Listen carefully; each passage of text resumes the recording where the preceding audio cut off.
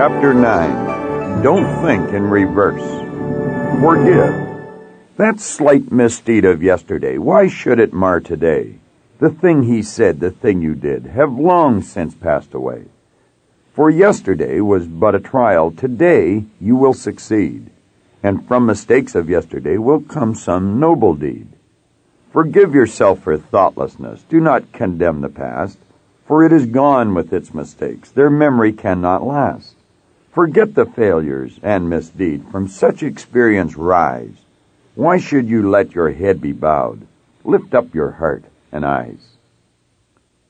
Leland Van de Waal said, "Let us not look back in anger, nor forward in fear, but around us in awareness."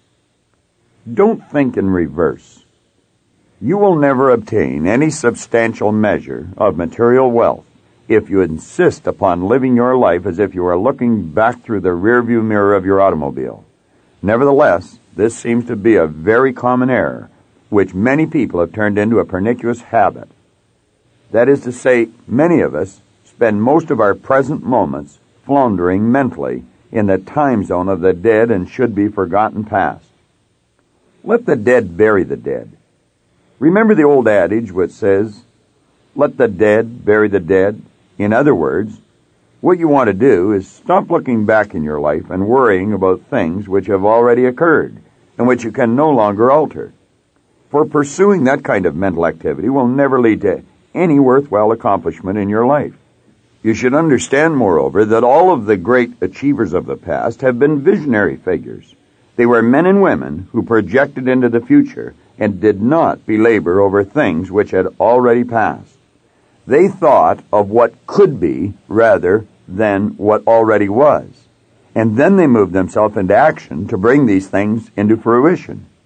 Think of the magnificent legacy which these forward-thinking individuals have left for us living today. Due to their formidable efforts, we are now able to enjoy breakfast in Paris, lunch in New York, and dinner in Toronto. We are now able to live our lives in brightness and light 24 hours a day if we so desire. We can hear the voice of a loved one on the other side of the ocean merely by pressing some buttons on a telephone. All of these miraculous possibilities and so much more are available to us simply because ordinary human beings like you and me have built extraordinary images on the screen of their minds of things which had never been before. The pioneering spirit of men and women of all faiths, creeds, and color have been put to great use. Those praiseworthy individuals were able to look into the future to see what could be rather than what already was. And then they ignored those who scoffed and said it couldn't be done. Also understand that all great achievers always expect to do great things. And then they turn around and do them. Do not be misled by your sensory factors. We are, each of us, endowed with the same basic mental tools which the Wrights, the Edisons, the Bells possessed. And we all have the God-given ability to employ those tools just as they did. All of us have been blessed with the mental capacity to gaze into the future, to see our lives in a richer and a more satisfying state. Therefore, regardless of the present circumstances in which you find yourself, clearly understand that if you can build the image of something new in your mind, something that far surpasses anything that has occurred up until now, you have the ability to realize that result in the physical world. It could not be more clear that all of us have been born rich in the sense of having a magnificent God-given potential which we owe ourselves to nurture. Just how great is this human potential? Let's check with the experts. Dr. Alexander Rich, professor of biophysics at MIT, has estimated our central nervous system contains from 10 to 100 million cells, each one of which has a storage capacity equal to that of a large computer.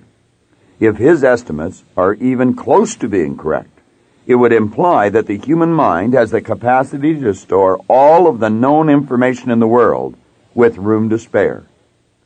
Other specialists in the field of human creativity are similarly convinced that all people have uncharted reservoirs of untapped potential locked up within the confines of their incredible minds.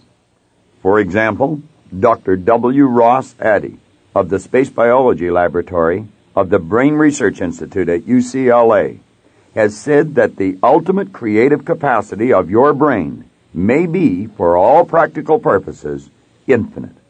One must conclude, therefore, the more a person delves into the potential of the human being, the more that person will become aware of how great he or she truly is.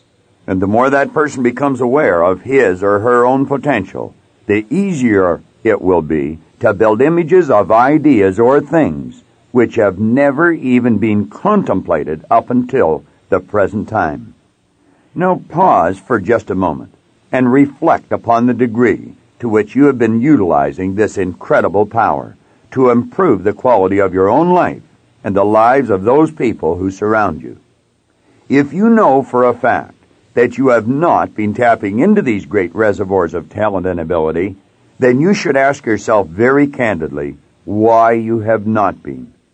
For if you do this, you might just discover that you have been telling yourself for such a long period of time that you can't do certain things that you have actually manufactured a genuine mental block in your own conscious mind. But you should remove these mental blocks by putting yourself into a very relaxed state and by then becoming consciously aware that you can do the things you want to do. You probably just don't know how to go about doing them. If this is the position which you currently find yourself in, then you should start getting excited, for the ideas which are being brought to you in the pages of this book will show you exactly how to go about doing the things you most wish to do. Also, please be advised, you do not need to feel regret because you have not fully utilized this great power in the past. For the truth is, there are few people anywhere who understand the real truth concerning their own hidden resources. That is the very reason why so few people live dynamic, exciting lives, and so many people live confused, unproductive lives. Moreover, just on the basis of what you have read up to this point, you have already far surpassed most other people with respect to your understanding of this important potential. It would appear to be the case that the masses of people have always lived their lives in the past tense. That is to say, by virtue of holding on to old images, they have limited themselves to only half a life. Indeed, even as far back as the turn of the century, William James, 1842 to 1910, one of the world's most distinguished early psychologists, reached the conclusion the average individual was using only a small portion of his or her real potential, perhaps as little as 10%. He considered this to be one of his most important psychological discoveries, and in this connection he wrote, "Most people live, whether physically, intellectually, or morally, in a very restricted circle of their potential being. They make use of a very small portion of their possible consciousness and of their soul's resources in general, much like a person who out of their whole bodily organism should get into the habit of using and moving only their little finger." One might have expected that in this modern age in which we now live, James's findings would have become anachronistic. But unfortunately, this is just not true. For the sad reality is that most of us are continuing to live our lives in much the same manner as our grandparents did. The reason we do this, you will be interested to know, is that most of us have never been trained to measure our true abilities correctly. Indeed, during the formative years of our lives, we have been inculcated with the belief that our results in school would be the factor determining whether we would win or lose in life.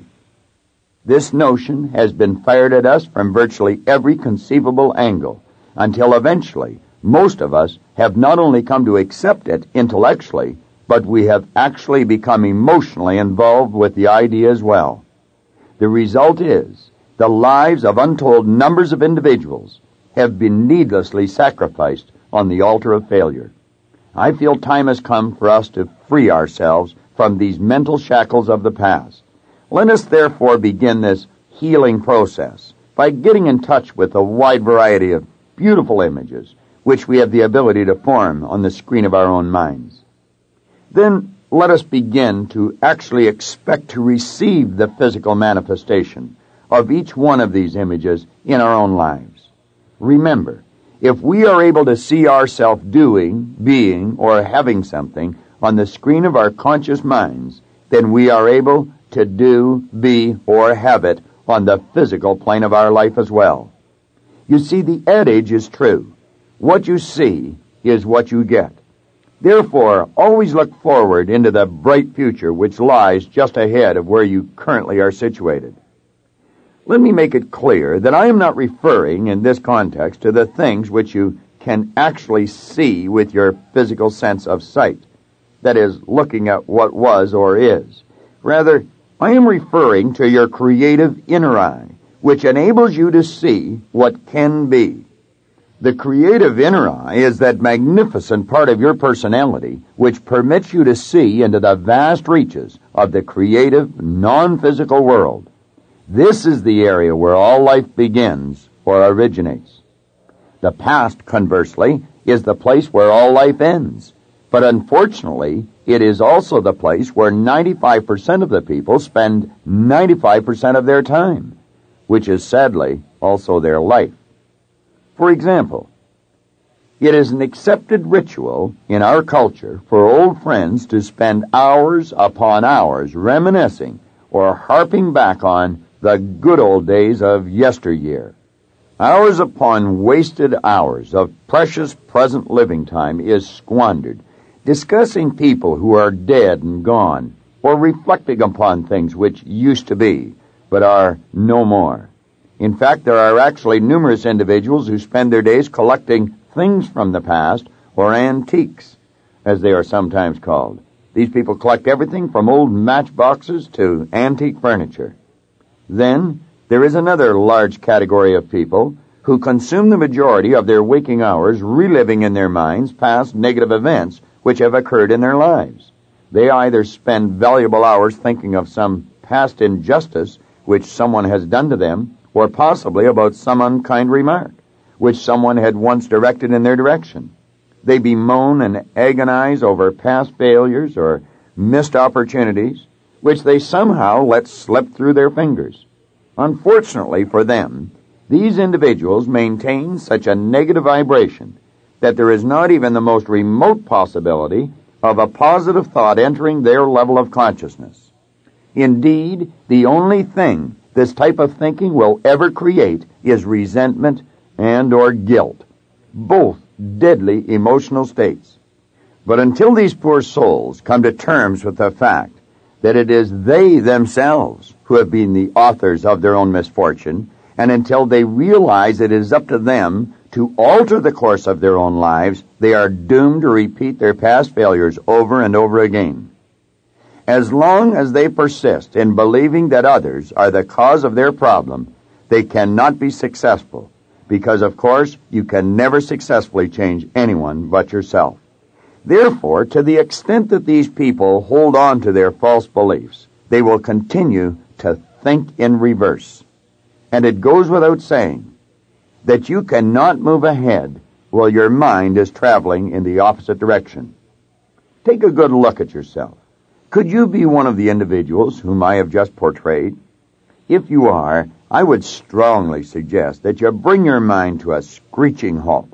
Then reevaluate your present position and re-examine your future goal. Look straight ahead and fill your consciousness with great and grand thoughts of what you ultimately could do and what you eventually can be. Become acutely aware of the direction your mind is traveling, because ultimately, that is the way your life is going to unfold. Polaroid camera analogy. I have often likened the human mind and the material world to a Polaroid camera and a photograph. For once you have snapped a picture, the course for that photograph has been incontrovertibly set. There is a short gestation period which must elapse, but then the photograph must begin to appear, and it will do so exactly as it had originally been shot. To carry our analogy one step further, I would suggest that the shutter of the camera is quite like the conscious mind, in that it is responsible for snapping the picture. Similarly, the camera itself may be likened to the subconscious mind, because it is responsible for doing the work. Finally, the photograph is analogous to your results, as it merely shows the world the physical replica of the picture which you have already taken with your mind. Clearly, if you were to take a picture of the same object over and over again, you would do nothing more than reproduce the same photograph over and over again. Yet this is precisely the course which many people set for their own lives. Therefore, you must constantly be reminding yourself that if you persist in thinking in reverse, you will only reproduce the same results in your life over and over again. If you wish to change this pattern, on the other hand, you must look bravely into the bright future which lies ahead and see yourself already doing what you now only dream about doing someday. Patty's Cruise. Patty Moyer first came to our seminar with her parents when she was only 11 years old. By the age of 15, she was already speaking in the seminar and sharing with the audience the manner in which a concept in the seminar had moved her from failing miserably in French at school to honors grades, and in a relatively short period of time to boot. 5 years later, she was working with me in the seminar business. One day I noticed her attitude seemed to be slipping badly, and it appeared to me that she was not enjoying herself one iota. Note that those are the first telltale symptoms of an individual who is without a goal. So I asked her what it was she really wanted, and her immediate response was, "What do you mean by that?" I explained to her that since she wasn't working towards anything, she didn't have anything to look forward to, and this made life extremely difficult, to say the least. Then she said, "But I don't have any money, so I can't do anything." I reminded her, however, that it doesn't cost even 1 penny to want or to dream. A radiant smile suddenly came across Patty's face, and she told me that what she wanted more than anything else was to go on a South Sea cruise. I said to her that would probably be a lot of fun. I told her I had done it a number of times myself, and I described to her how beautiful it was. I also expressed my expectation that she would have a truly marvelous time. I pointed out, moreover, that she would retain the memories from that trip for the rest of her life, and she could then relive them over and over again whenever she desired it. At this juncture, I asked her what was holding her back. Again, the same response was forthcoming from Patty. "I don't have any money." This type of negative thinking had been crippling her by preventing her from undertaking something in her life which she felt was very important. But the real reason I bring this story up here is to illustrate that even though Patty was mature, had no ties, and had no real reason not to go on the trip, her own thinking was holding her back from doing so. Clearly, she was a young lady who was thinking in reverse. She had thoroughly convinced herself it was a lack of finances which thwarted her desire, but of course that just wasn't the case. Nevertheless, whatever the source of her real frustration may have been, it was certainly holding her back from realizing her dream. Understand that untold numbers of people are making the same error Patty made daily, and it is a great tragedy. Perhaps you have been making this same error in your own life. If you have, I hope Patty's story will be the inspiration you need to get you moving in the direction you wish to go. In any case, one day Patty and I went to lunch together, and we had a very serious discussion. I said, "Listen, Patty, if you really want to go on a cruise, you must quit looking back or looking at what is, because looking at present results is a very common form of thinking in reverse. You must commence to look ahead, and you must start applying what we profess in the seminars. So go ahead and book your trip, make definite plans, and don't give one thought to anything going wrong.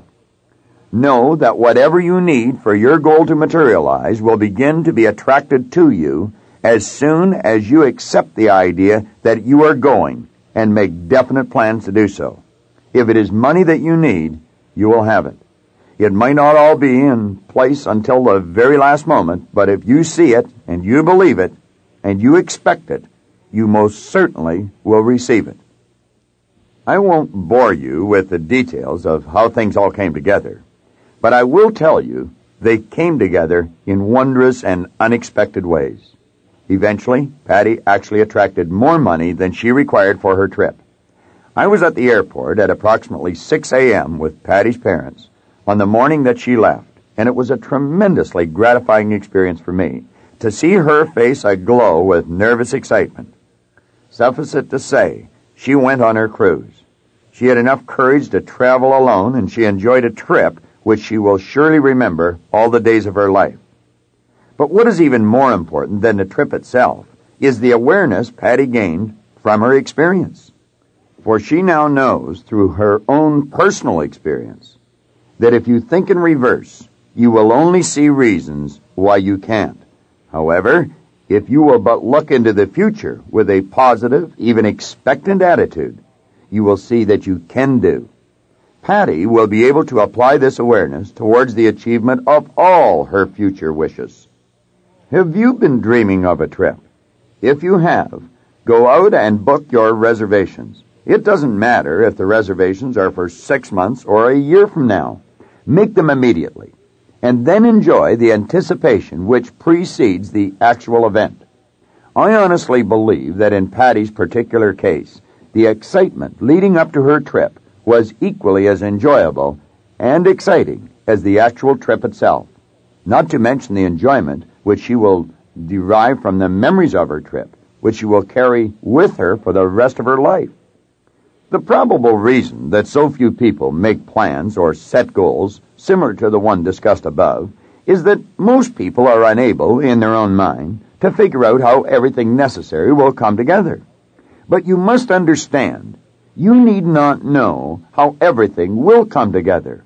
All you have to understand is the underlying principle by which your good comes, namely, everything which you receive in life comes by virtue of the law of attraction. The Paul Hutsey story in chapter 3 is an excellent example of a conscientious, intelligent, hard-working person who was attempting to do something which was tantamount to a person jumping off the front porch of his home and then expecting somehow to land on the roof. You know that this is never going to happen, yet Paul had spent 20 years. 1. Letting the sales sheet in his office control the image that he held of his operation. And 2. Attempting to improve the results he was getting through sheer force of will, dogged determination, and long, hard hours of agonizing toil.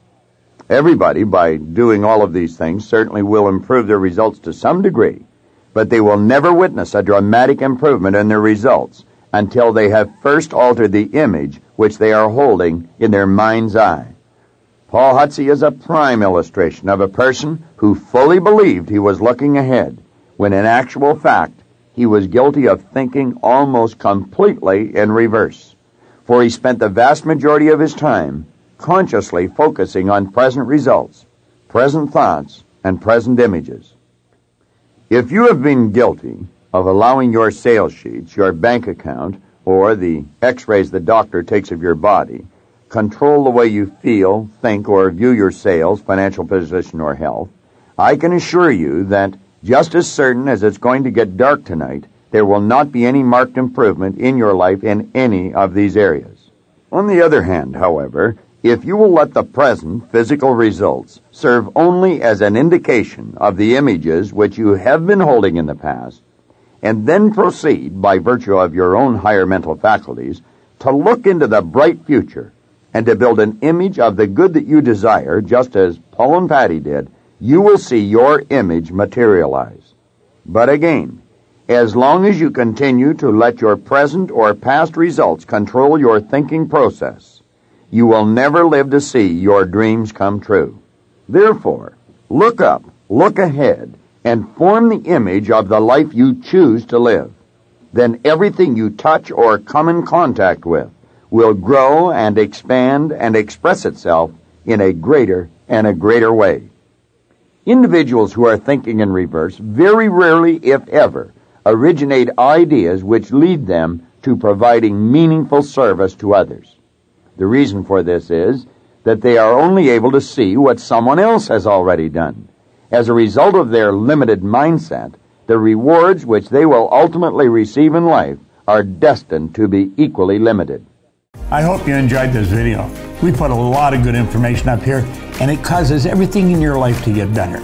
If you'd like us to notify you every time we put a new video up, hit subscribe and then turn on notification. Check out all our videos, and we will notify you when we put a new one up.